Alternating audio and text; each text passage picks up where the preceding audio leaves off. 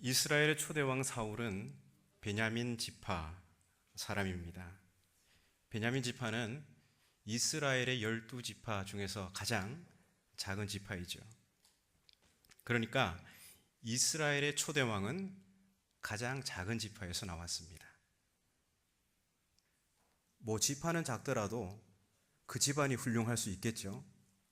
하지만 사울의 가문은 이렇다 할 자랑거리도 없는 것 같습니다.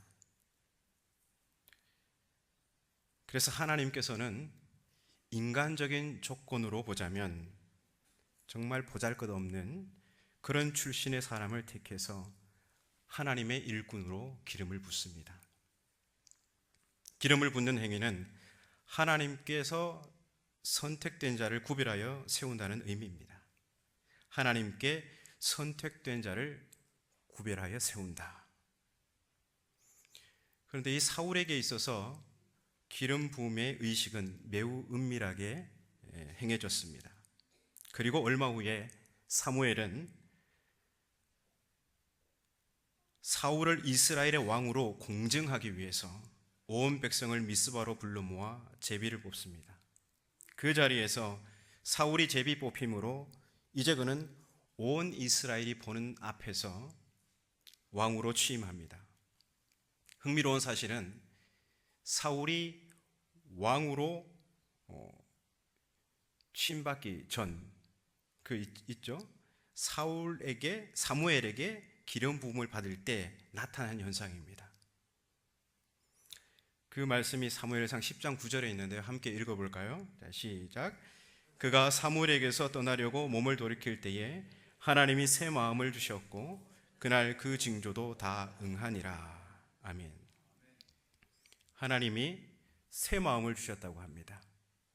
여기서 새 마음은 옛 마음과 반대되는 말이죠. 옛 마음은 내 마음이고 새 마음은 성령을 통해서 주시는 하나님의 마음입니다. 사울은 기름 부음을 받은 후 바로 이 새 마음, 즉 하나님의 마음을 얻게 됩니다. 사울에게 새 마음이 필요한 것은 그가 옛 마음으로는 왕의 직무를 감당할 수 없기 때문입니다. 본래 이스라엘은 왕이 없습니다. 본래 이스라엘의 왕은 하나님이십니다. 그런데 사사시대를 겪으면서 산전수전 다 겪잖아요. 조금만 있으면 이 나라 저 나라에서 쳐들어와 가지고 괴롭히고 괴롭게 하고 그렇게 힘들게 했습니다. 그래서 이 사사시대를 겪으면서 이스라엘 백성들은 우리에게도 왕이 있는 것이 좋겠다, 이런 생각을 하게 된 겁니다. 자신들이 당하는 고통이 하나님께 불순종한 그들 자신의 죄 때문이라는 것을 새카맣게 잊고 왕이 없으니까 주변 국가들이 자신들을 우습게 본다고 생각한 겁니다. 그래서 그들은 강력한 군대를 거느리는 가시적인 왕, 그들 눈에 정말 멋있게 보이는 왕이 필요했던 겁니다. 주변 국가들 봐. 하나님을 섬기지 않지만 왕과 군대가 있으니까 저렇게 대단하잖아. 우리도 왕이 있어야 돼. 우리가 이 나라 저 나라에 치이는 것은 왕이 없어서야. 왕만 있으면 이제 우리도 괜찮아. 하지만 어느 시대이나 이스라엘의 운명을 갈랐던 기준은 하나님의 말씀에 대한 그 백성들의 태도였습니다. 그들이 하나님의 말씀을 순종할 때 그들은 평안을 얻었고, 불순종할 때 그들은 괴롭힘을 당했던 것입니다. 그래서 사울에게 중요한 것은 이것입니다.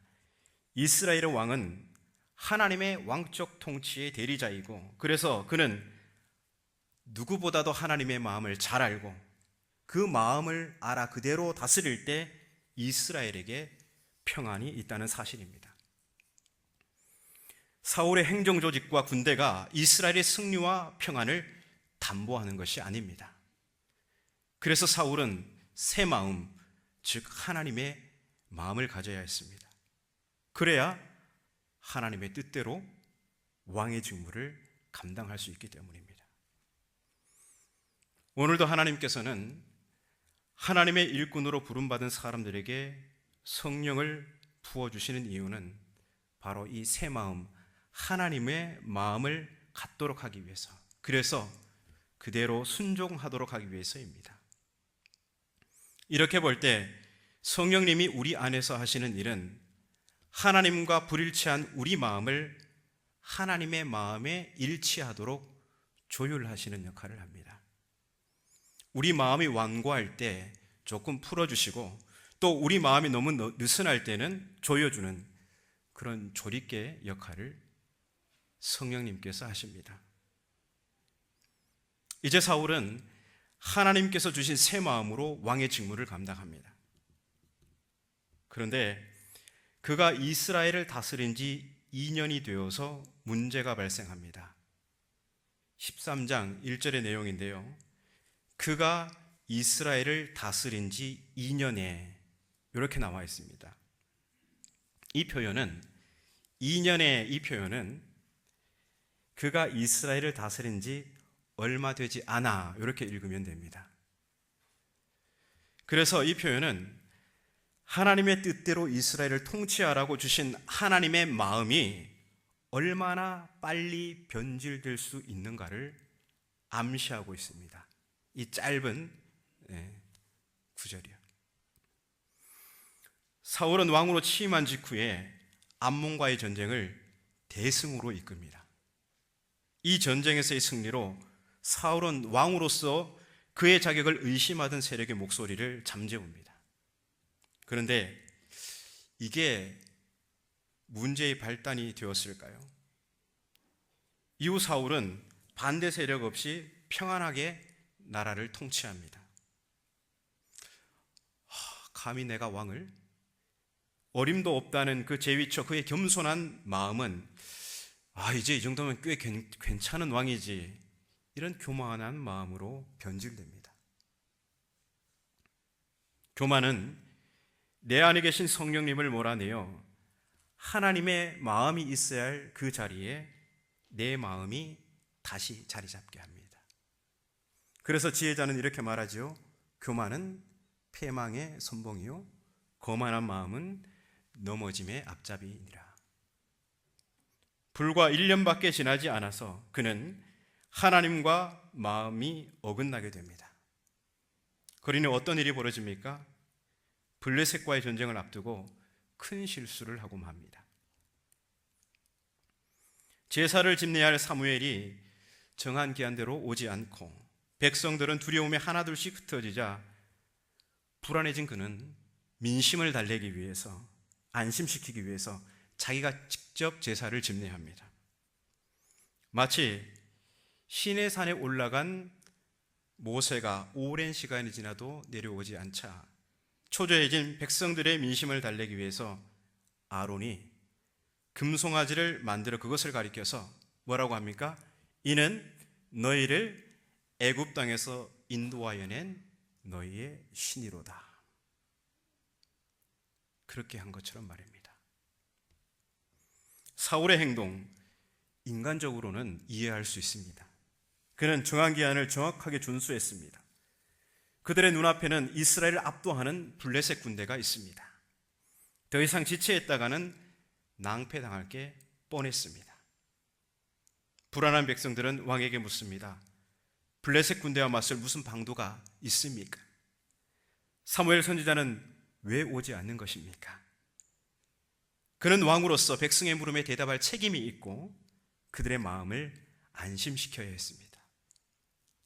그래서 사울은 사무엘의 책망에 자신을 변론하지요. 백성은 내게서 흩어지고 당신은 정한 날에 오지 않고 블레셋은 금방이라도 우리를 삼킬 것 같아서 내가 부득이하게 번제를 드렸습니다. 하지만 사울이 알아야 할 것이 있습니다. 부득이하게, 이건 인간적으로 이런 말입니다. 이 인간적으로라는 말의 함정입니다. 인간적으로라는 말에는 하나님에 대한 불신과 자기 변명이 내포되어 있습니다.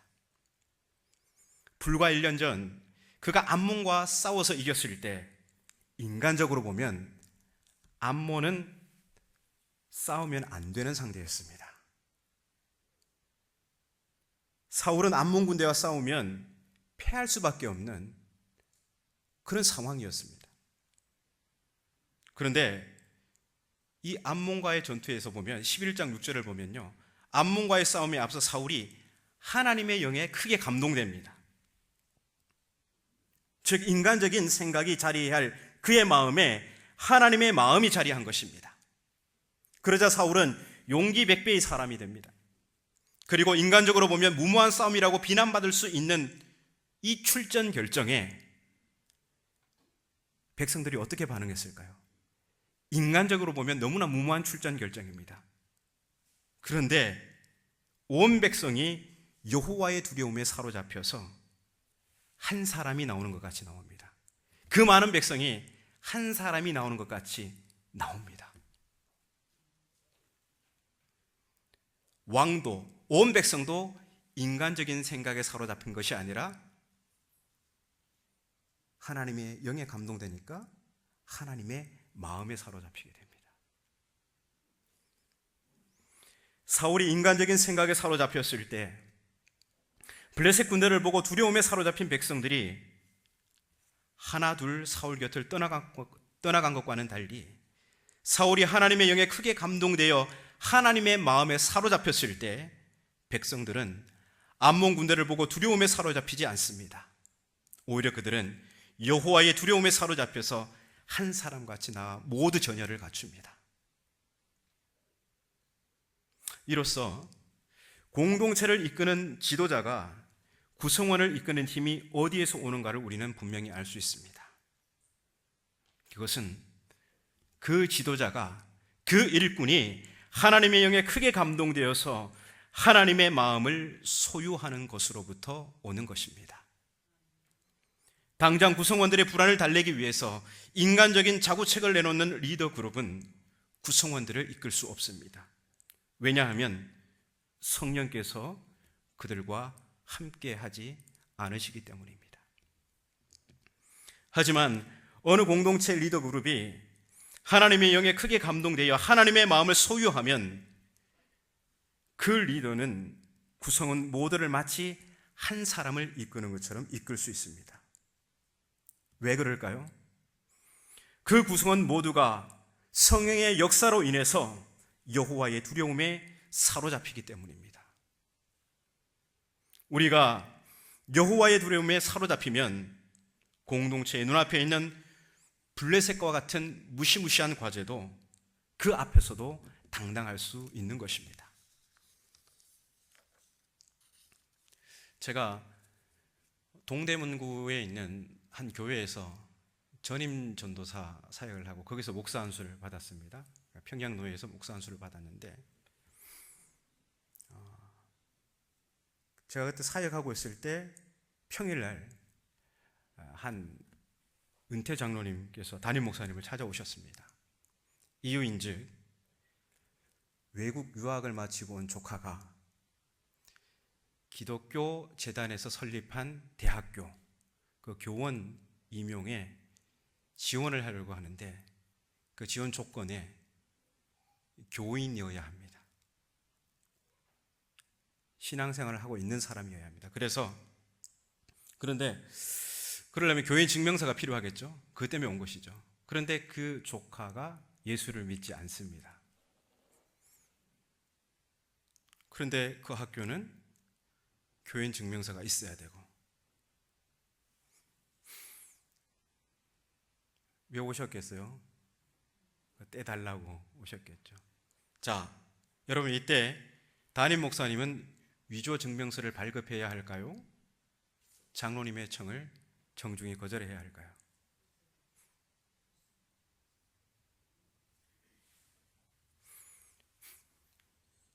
이거 되게 어려운 질문 아니잖아요? 네.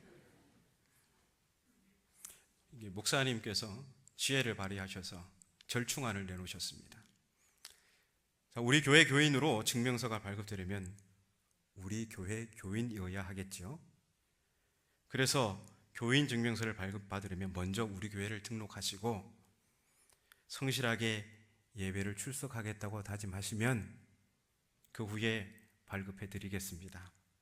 그러면 정상적인 발급입니다.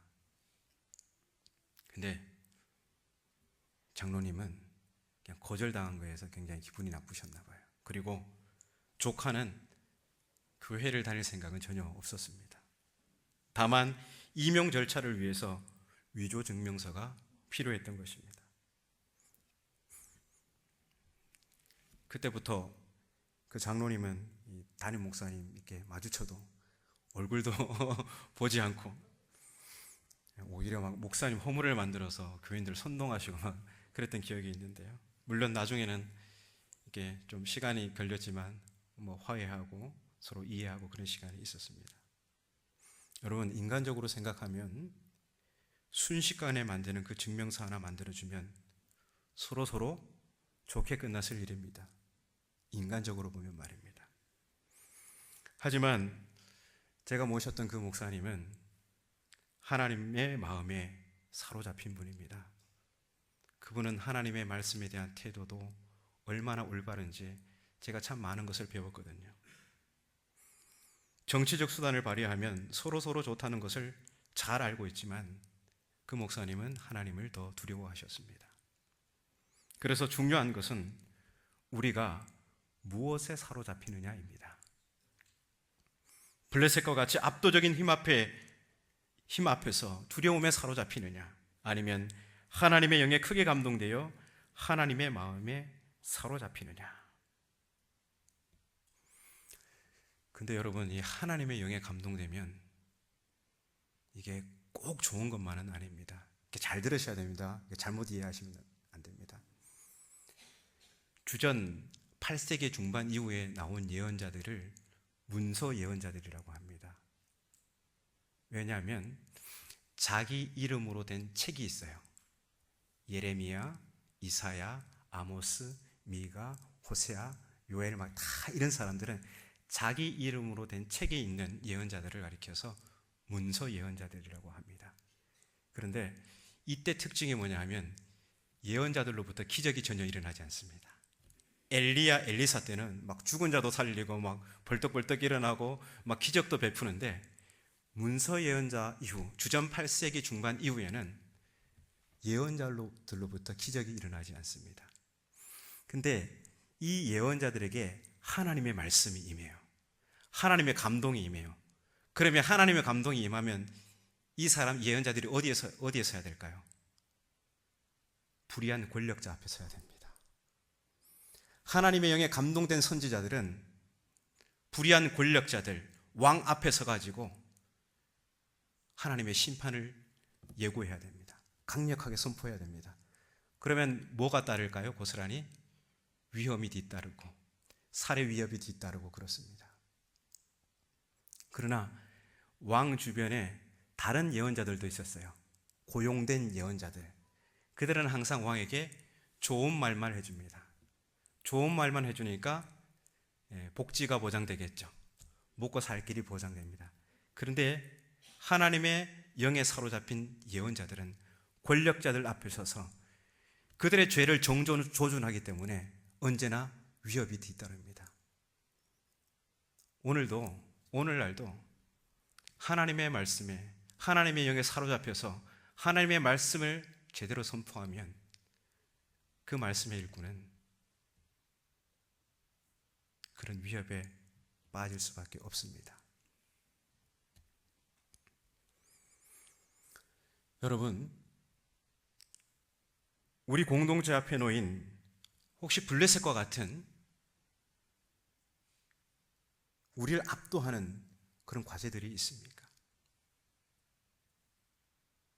그게 무엇이든 우리는 인간적인 계산과 인간적인 생각을 앞세우면서 부득이한 일을 행해서는 안 됩니다. 그것은 하나님에 대한 불신과 나약한 자기 변명일 뿐입니다. 이럴 때일수록 우리는 하나님의 마음을 구해야 합니다. 이곳에 하나님의 영에 크게 감동된 사람이 많기를 구해야 합니다. 그렇지 않으면 우리도 얼마든지 사울과 같이 궁색한 변명만 늘어놓을 뿐입니다. 인간적으로 어쩔 수 없었잖아. 결국 사울은 이 일로 인해 사무엘로부터 그의 왕위가 길지 못할 것이라는 말을 듣게 됩니다. 그리고 여호와께서 그의 마음에 맞는 사람을 구하여 그를 대신해 백성의 지도자로 세우실 것이라고 합니다. 이 얼마나 뼈아픈 말입니까? 우리는 사울을 대신할 하나님의 마음에 맞는 사람이 누구인지 알고 있습니다. 다윗입니다. 흔히 다윗을 가리켜 하나님의 마음에 합한 자, 즉 하나님과 마음이 일치한 자라고 합니다. 서로 마음이 일치한다는 것은 좋은 관계를 의미합니다. 다윗은 하나님과 좋은 관계, 올바른 관계에 있었습니다. 그가 하나님의 마음을 잘 알았고 자기 마음을 하나님의 마음에 일치시킬 줄 알았기 때문입니다. 성경은 바로 다윗과 같은 사람을 가리켜서 의인이라고 합니다. 의인은 하나님과 마음이 일치하는 사람, 그래서 하나님과 올바른 관계를 맺고 있는 사람을 뜻합니다. 우리에게 아주 익숙한 말로 믿음이 좋은 사람입니다. 믿음은 하나님의 마음에 내 마음을 일치시키는 것이기 때문이죠. 아브라함이 자식이 없었잖아요. 그것 때문에 의기소침해 있고, 그냥 우리 집에 있는 그냥 내 종 엘리에셀을, 저 다메섹 사람 엘리에셀을 내 상속자로 세워야겠다. 그렇게 하나님 앞에 말씀하니까 하나님이 뭐라고 말씀하십니까? 그가 아니라 네 몸에서 날 그 씨가 상속자가 되리라. 그때 하나님께서 뭐라고 합니까? 창세기 15장 6절. 아브라함이 여호와를 믿으니 여호와께서 이를 그의 의로 여기시고, 하나님의 말씀에 하나님께서 말씀하실 때 그 말씀에 공감했어요. 마음을 딱 같이 했어요. 그러니까 의롭게 여겼다는 것은 그를 의인으로 인정해 주신 거예요. 너 참 나하고 올바른 관계다. 너 마음을 나하고 같이 하니까 나하고 참 올바른 관계다. 이렇게 인정해 주신 것이죠. 하나님께서는 바로 이런 의인에게 하나님의 뜻을 보여주시고 그를 통해 당신의 뜻을 이루십니다. 다음 주일은 일꾼을 선출하는 공동의회가 있습니다. 여러분은 어떤 기준으로 후보자에게 기표하시겠습니까? 인간적인 이해관계입니까? 아니면 그가 하나님의 마음에 맞는 사람이기 때문입니까? 아니면 적어도 하나님의 뜻대로 살고자 애쓰는 후보이기 때문입니까? 여러분, 절대 인간적인 생각에 들어가면 안 됩니다. 이 사람은 나의 이런 일은 나하고 이렇게 엮여 있으니까, 이 사람은 나에게 이렇게 엮여 있으니까 나는 이 사람. 교회가 교회다우려면 하나님의 마음에 맞는 일꾼이 선출되어야 합니다. 그러기 위해서는 먼저 투표하는 온 성도님들이 하나님의 마음을 알아야 합니다. 국가나 어떤 공동체는 결국 그 구성원의 수준에 맞는 지도자를 선출할 수밖에 없는 것이기 때문입니다. 그냥 하늘에서 지도자가 뚝 떨어지는 게 아니잖아요. 하나님께서 누구를 통해서 세우십니까? 우리 공동의회 모든 회원들을 통해서 세우십니다. 그렇다면 그 일꾼에 대한 책임은 누구한테 있습니까? 그 일꾼 자체에게도 있게 하지만 그 일꾼을 세운 온 성도들에게도 있는 것입니다.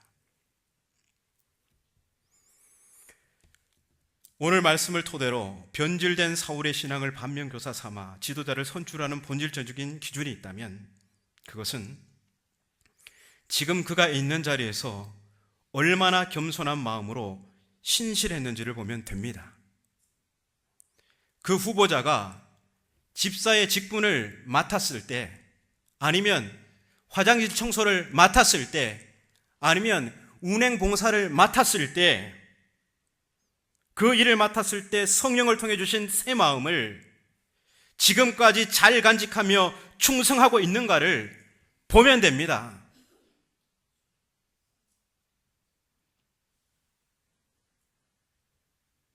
인간적인 생각을 앞세우면서 주신 사명을 게을리한 사람은 일꾼으로 적합하지가 않습니다.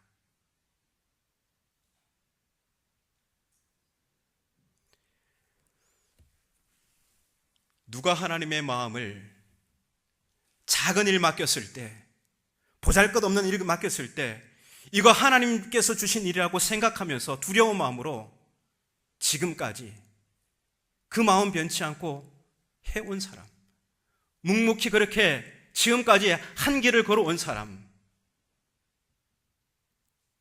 하나님은 그 사람을 찾으시고 우리를 통해 그 사람을 세우기 원하십니다. 예수님은 지극히 작은 일에 충성하는 자가 지극히 큰 일에도 충성한다고 하셨습니다. 부디 우리 모두가 성령이 주시는 새 마음, 하나님의 마음으로 신실한 일꾼을 선출하여서 우리 지자교회가 더 나은 미래, 하나님이 꿈꾸시는 그 미래를 열어가는 그런 복된 교회가 되기를 바랍니다.